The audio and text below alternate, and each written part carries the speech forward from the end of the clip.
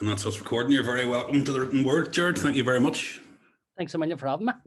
No bother. So tell us this, what are you reading? What are you listening to? Do you do stuff on Audible or YouTube, or what's your format of written word? I was thinking about this because I've seen some of the other ones that you did. And I have got a subscription to Audible. And I was using it a lot actually when I was going up and down to Dublin for listening to old sort of plays and stuff like that. And actually books that we had to read on direct and Aristotle and stuff like this, Aeschylus and stuff like that. So it was brilliant for that. Yeah. Because what I found in the bus or something, I couldn't read it was making me Yeah. sick, but I could listen to the scripts and stuff. So I thought Audible was brilliant for that. So I do have a subscription to that, and mostly it is scripts. Over the last year, I've read about 100 scripts. Wow. Some I was told to read, obviously as part of the course, but then others then that I wanted to do myself.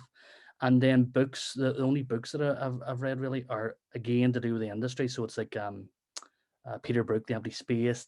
These ones that actually the lovely one that Emma Jordan gave me recently, Declan Donlan, the actor in The Target, and plays Festin and stuff. She wants me to read these ones, so I've just worked very recently with them, and she's been brilliant.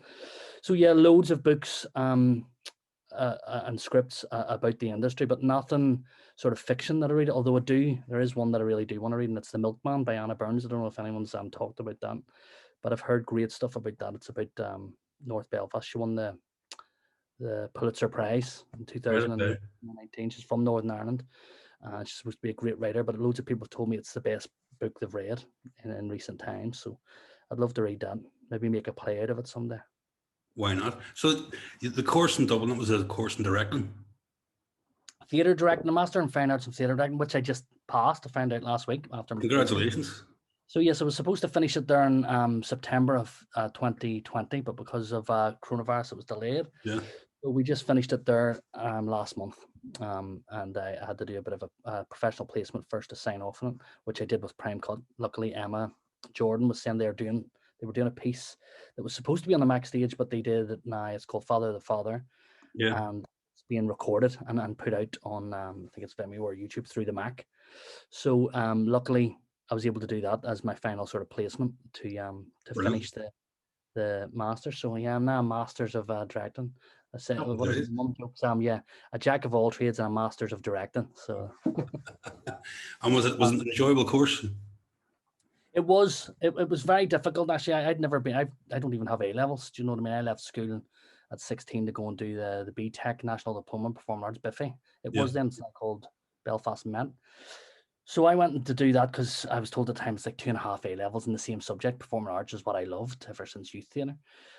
So I didn't have A levels, didn't study to that level. So it was a big shock to me doing things like essays and Harvard referencing and stuff like that I had no clue about. So I was thrown in at the deep end, and I had a really tough time back in 2019, the first term that we had, September to Christmas. I thought I'm not going to be able to stick this. But I got ahead of my reading. A lot of it was to do with you had so many books to read, and then you get like a reading week, which I was like, this reading week, this looks like a holiday. It's midterm holiday. It's not a holiday. You really need to use that reading week to catch up on your reading. So I've read more in the last year, funnily enough, than I've ever read in my life. And yeah, as I say, over 100 scripts and loads of sort of theory, essays, and great piece Anne Bogart's a great book that she's written on directing. So yeah, I think it was really beneficial. It's hard to start, but then once you get into it, and they give me a lot of help actually. You know what I mean? They were sort of saying like, if you haven't worked at that level, if you haven't went to university and you don't know how to lay out an essay, you do need to go and basically do YouTube tutorials. You need your introduction. You know what I mean? Say what you're going to write about, and then at the end, your conclusion, how you got to that sort of thing. So they stuck with me, and yeah, I'm glad I actually did it now. It's great for my daughter to see you can go back to school at any age. Big time. And was that midlife crisis? Obviously, I was only doing it because I'm turning 40. I had the same. I went, when was it, 7 years ago, so I was mid-30s. Same, I left school with 5 GCSEs and managed to get into an MA in Queen's, and big shock going, what's this? We travelled up and down on the bus. Travelled up and down, yeah. They told me at the time when I did the interview, I was actually in Florida with the kids, and I had to do my Zoom interview for the course back in the summer of 2019. And I says, now I'm from Belfast, and will this be sort of, and they says, well, it's part-time. You're only down sort of 3-4 days a week, so you could travel ideally. And I seen with the other tutor, Annabelle Commons, sort of going, well, it is pretty intensive, Jared. You will have to, you might need to stay down someday. It's intensive. I Yeah. literally had to go down the 6 o'clock in the morning bus every morning and back on the 9 o'clock bus at night. Had to stay over on Monday nights and Thursday nights because I had early classes on the Tuesday morning and the Friday morning. And I was so lucky that one of the other directors in the course, they only take 4 directors in a year. And one of the other directors from New York, Mitchell, was actually, he was given a scholarship because he came from Harvard. He was given a full scholarship at Trinity. Yeah. So he was set up in the dorms in Trinity, which is like Harry Potter. You go through the big fucking walls. He was living on campus. And he says, look, I'll sign you in. You can just, so I stayed in his bed at tea on the Monday nights and Thursday nights. So he literally saved me thousands and was so nice to do that. So I was able to stay down on Mondays and Thursdays, and that really helped me. I wouldn't have been able to do it otherwise. The money that I spent on transport was just nuts. Yeah. See, in terms of mindset, having to get out of bed at that time in the morning, when you've a family, whatever else, did you just have your goal in mind of, I'm going to complete this and I'm going to do it, and is that what gets you out of bed? Yeah, actually, that was my main reason for doing it. I needed to prove to myself that I could be that professional and that disciplined. I think you get to a certain age in your mid-30s where you go, right, the partying's over now. I've literally partied for 20 years. I need to, I need to calm down about how do I prove to myself, and I always said that I always said, funny enough, I'd go back to do an acting course. When the work dried up or something in Northern Ireland, I thought I'll do an acting course and prove that I can do it to that level. And then I thought, no, I've got a CV there of 22 years of professional acting in the industry. Yes, I still have goals there to do. Obviously, I've only been in the West End once with Connor Mitchell's play, who's Harry in the Bridesville. So I'd love to do a proper show over there and stuff. But you always have goals in Broadway, of course, you'd love to do. But I thought actually the other thing that I love doing is directing, and it makes more sense at this time in my career to get a qualification in that. I thought so that that when I pitch myself to the likes of Jimmy Fay or whoever's in the lyric at the time, I want to do this play. Here's why. I've got this CV and this master's behind me now to say that I'm professional enough and of a standard to do it. So just to see if the lyric will let me in to direct something now. That's the only thing. And the prime cut thing, was that set up in advance, or was that just by coincidence? Or nope, that was pure coincidence. So whenever we were finishing up in October of last year, we were told, look, it's not graded, but you need to do a professional placement. So usually all the ones in the Lear would do a professional placement with the Dublin Fringe Festival, but it was cancelled or moved online. So we had to find our own placements. One of the Americans went back, I think, to America to do theirs, and the other two sort of did it with the Lear. So they were able to do their sort of placements in the Lear. But I asked around, and actually the 3 people that I asked was Podge, Paula, and Emma. I think they all got back to me saying, yes, there'll be something that you can do. But when Emma got back and says, well, we're doing this piece and we'd love to help you out. And I thought, actually, I've never worked with Emma Jordan. So I'd worked with Podge and Paula and Lisa. I've worked with loads of them, but I'd never actually seen how Emma Jordan works, what her methods are. So I thought that makes more sense to shadow her and learn from Emma, whereas I've seen the others how they work and stuff as an actor and stuff. So how long was that process? How long was that? Well, worked out at about 6 weeks. I was only supposed to do like 2 or 3 weeks placement, but there was no way once I get started on it that I was going to sort of leave it midway through. I wanted to be there to the end, and it just needed I had to write sort of 2,000 words on my experience with it, and that goes in the folder then to seal off. That's your master, so it gets given to you, markers or whoever it is that Brian Singleton, I think it is, down in Trinity, marks it and sees that you've done it. So it wasn't anything. It wasn't that it was being marked, so I didn't have to worry about that. It was basically just soaking up everything that was happening. And it was just so good to be in the room again after so long, right? We were all tested every 2 days. So on Sundays, Tuesdays, and Thursdays, we tested ourselves at home. Sent a picture of the COVID test to say that we were negative, so we could come in the next morning. There was air purifiers in the room, windows open, people were masked. So I had to jump through all the books, but if that's what we have to do to keep creating work, then we're going to do it. Like we love it so much, we'll jump through whatever hoops are set in front of us. So was it good having that experience just off the back of having studied so much about directing? Do you feel you were able to combine it all together? Yeah, and it was great actually having this conversation with Emma Jordan too, because she was an actor in the industry as well, which I didn't know years ago with Prime Cut and stuff. And she was saying what she found, how she fell into directing was because there isn't, and it's the same thing as me. There's not enough work in Northern Ireland for a professional actor to keep going. Do you know what I mean? Yeah. Even whenever I remember I worked 11 months out of the 12 acting in different shows, and that never usually happens where you go from one into the other straight away, or there's an overlap of about a week where you're rehearsing one and you're in a show. And that was one of the best years of my career whenever I was doing Spelling Bee and did Lynch's People of Gallagher Street and the Blue Boy of Glenmore with Brass Neck. I was working constantly, and in those 11 months I think I made £18,000, and I was like, that was me working non-stop as a professional actor, and I still didn't hit 20 grand. So I thought, there's not enough work. Usually I'm lucky if I get 6 months work in a year. And Emma Jordan said the same thing. She realized actually she needed to direct, she needed another string to her bow, and she loved directing. So that's basically where it came out of. It was a bit of a midlife crisis. I need to do something here to show how professional I am now and how disciplined I am. But it was also because you can't just be an actor, you need to do other things. And so directing's my other thing. I'm producing obviously as well. I do some producing. I was going to say you've produced recently as well in the last couple of years. You fall into that. I'm going to name check Paddy Scully here actually, because I remember for such a young age, I was 16 when I did the Comedy of Errors with him, first Shakespeare that I ever done. And I was saying to him, oh, he produced his own shows and stuff like that. And he says, and the biggest lesson you'll ever, he says, never put your own money in the shows. And I still never listened to him because that's the worst thing ever, the fear of it. So yeah, I fell into it, as in I raised some money myself and then decided if no one else is going to put this on, I need to put it on myself. And I've been very lucky, just it wipes its own arse, so to speak. Yeah. And yeah, they've got a bit bigger, and I've picked good choices of shows. Girls and Dolls by Lisa McGee at the time was brilliant, and that just took off once the Millennium Forum got involved. They said yes, this is a great idea, and then we went to the Gaiety in Dublin. So that was a budget of over £70,000. Like, it started with me with £7 thinking, oh, I could get a couple of people to do this in the Mac.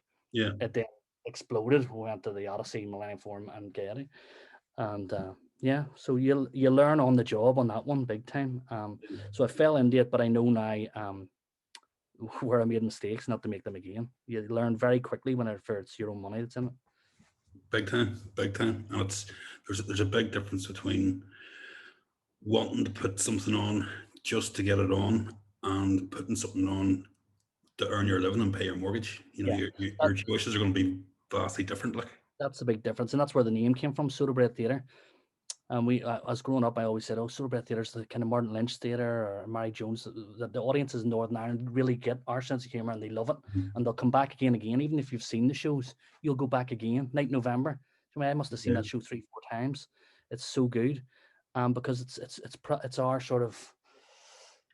Yes, there's you'd say there's better plays out there maybe, but they're not for Northern Irish audiences that I could tour around every nook and cranny.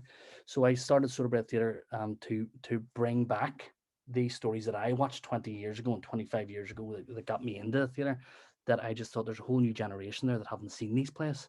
yeah, And I think they need to be seen again. So I got some stick at the time. People saying, "Oh, you're sort of selling out. You're not doing you're the easy way." It's not the easy way. It's still to sell any shows. And you have to put so much work in. But I think that it stood a test of time. 3 years and 3 big productions later, and yeah, we're looking on to our next one. Actually, we're going to retour, I think, night November, because we've got the set there, and we were supposed to go to New York before this all hit. We're going to put it out again. There's Chiswick in London and the Minack in Cornwall are looking our production of it, so we're going to tie that into a bit of a tour around September, October, and hopefully be back Northern Ireland for a night November in November. very good. And will Soda Bread be something that you are solely a producer on, or do you intend to direct for Soda Bread, or do you want to keep the hats separate? Or I probably will keep them separate. I like the idea of I did direct for Soda Bread, their sort of their first one as well, Girls and Dolls there. But what you realize is you can't really do both. If I was going to direct, then I'd bring in another producer to produce it, because there's just so much work. You think you can wear all these hats, and then you go, no, actually they really are full-time jobs in their own right. So no, if I was ever thought, oh, I could direct that, then I'd get an outside producer to come in and work with me on that. But no, I liked actually producing and bringing in emerging directors and stuff like Matthew McElhinney and stuff, who I think is going to be brilliant.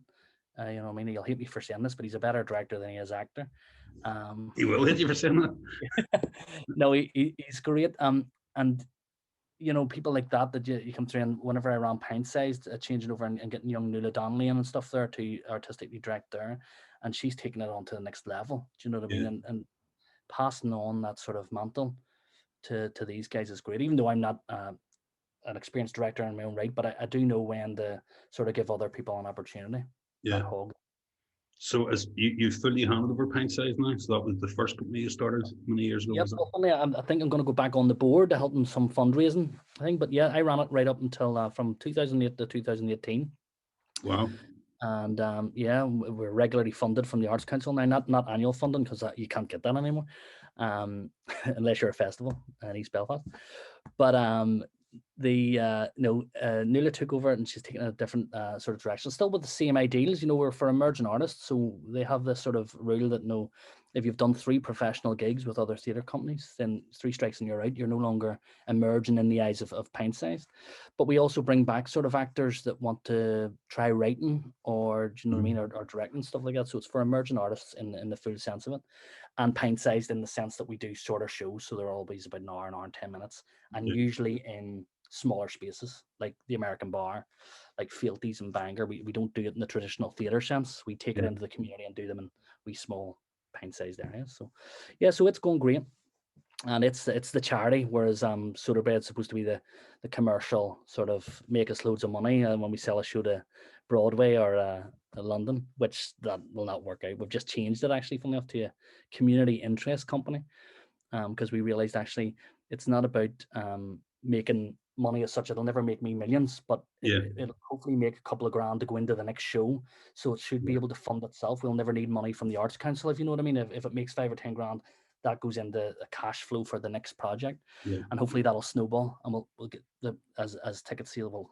We're sort of stilted at the minute, but that's the idea anyway, that a community interest company would employ people and keep them working and snowball and get bigger, and a couple of projects at a time. Very good.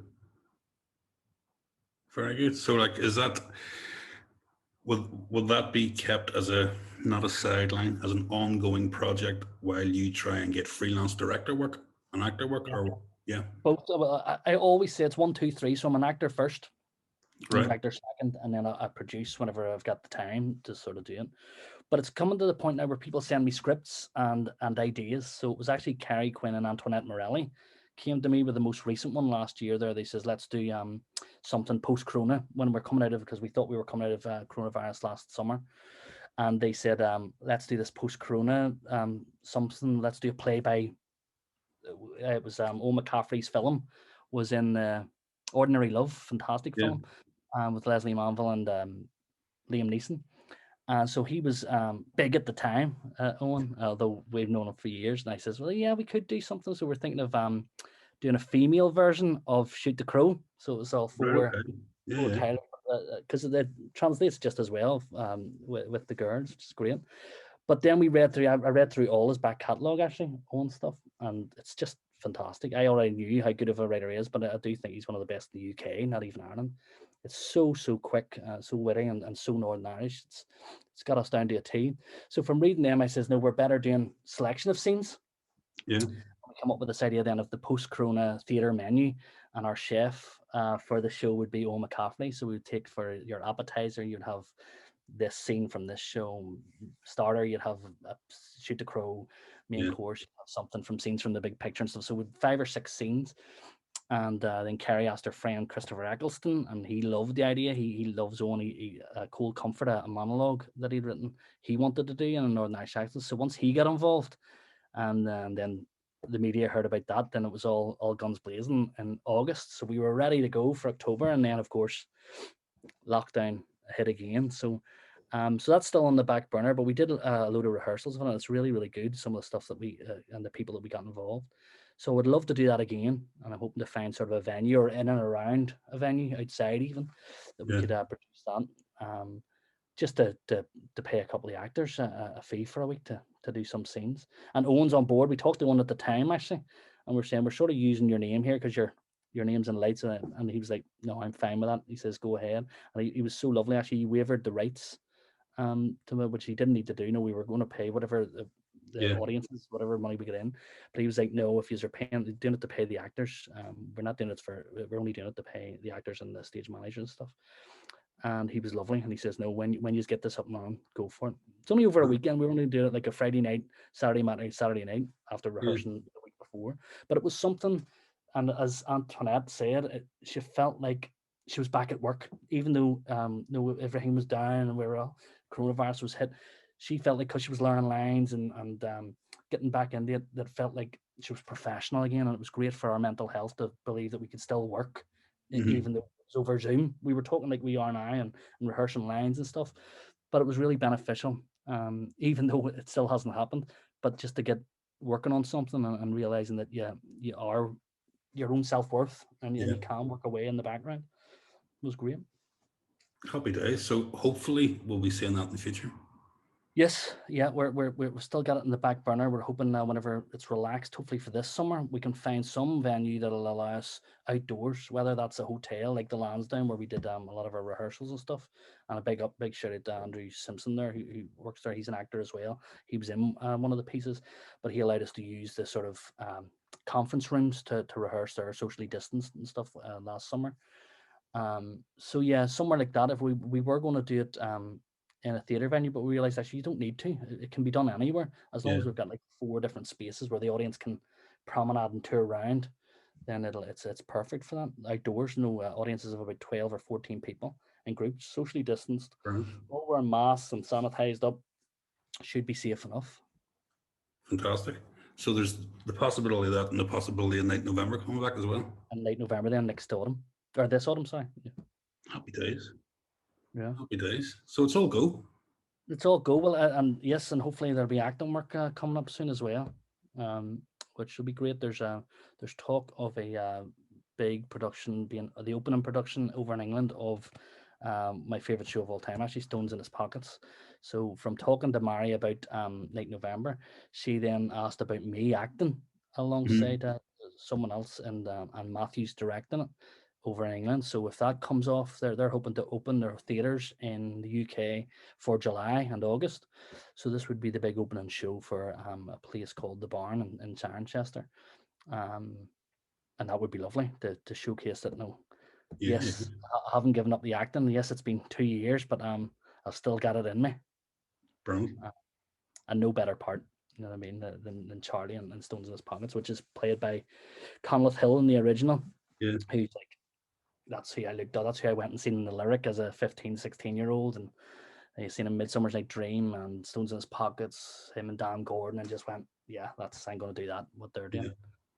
Well, it's sounding all sounding very positive for this year for you.